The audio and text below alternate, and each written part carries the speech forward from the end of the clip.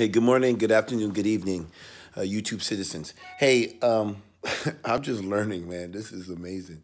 There's you guys all know that if you don't already know, my wife comes from the Philippines. She's a Filipino woman, and I learned of a word today called Tampó. I'm gonna put it up. That's gonna be the title, Tampó, and basically the definition of Tampó is this: is Tampon in the Filipino culture refers to a behavior in which a person withdraws his or her affection or cheerfulness from a person who has hurt his or her feelings. Man, I did not know this. Woo-wee! So anyway, people, do your research on who you marry, what culture you get into. So this is a cult called the Filipino culture. And I come from the Hebrew culture. And but anyway, this is just, sometimes it's just better to have understanding why you're going through what you're going through so you don't go crazy.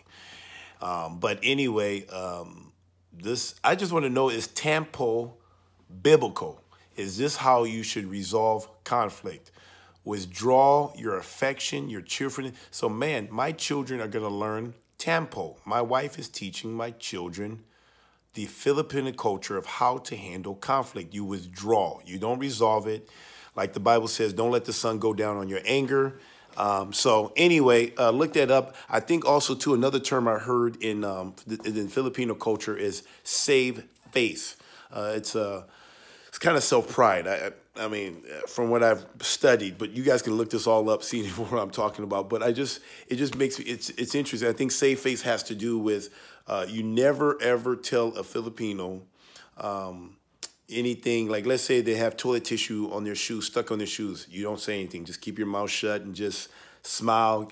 Just act like you didn't see it and just keep them away. Even if you see a person that have their flies open, you don't tell them. You just let them walk with their flies open. Now, in my culture, you tell them because you love them enough to tell them so other people don't see that. So two cultures clashing together, but this save face, I guess, because if you tell them that their flies are open or they got toilet tissue stuck on their on the bottom of their shoes, they lose face. So they go from ooh, so they go from, they like to smile, look like they're smiling, they ooh. So this is save face, this is lose face. So anyway, guys, I don't understand it. I'm learning. I'm literally learning this in real time. It is April 16. I am just learning that what I've been experiencing for 16 years from my wife is Tampó, and I didn't even know it. And you guys wouldn't even believe it, but go look it up. Because you guys would think, because I'm 6'4", 250 pounds, black man, played professional football, and they talk about women crying. I mean, just go look it up.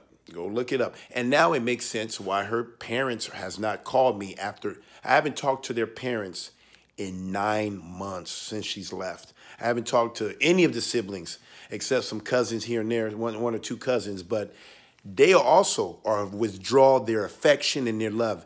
So anyway, just want to know, is the Filipino culture, they call it Tampó, is it biblical?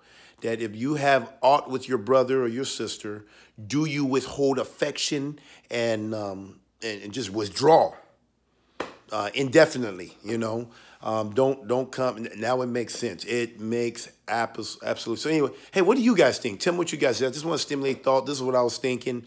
It's called Tampó. I'm going to spell it when I load this thing up. So anyway, please, I really would love some feedback on this stuff. I just love feedback. All right. Blessings. Shalom, shalom.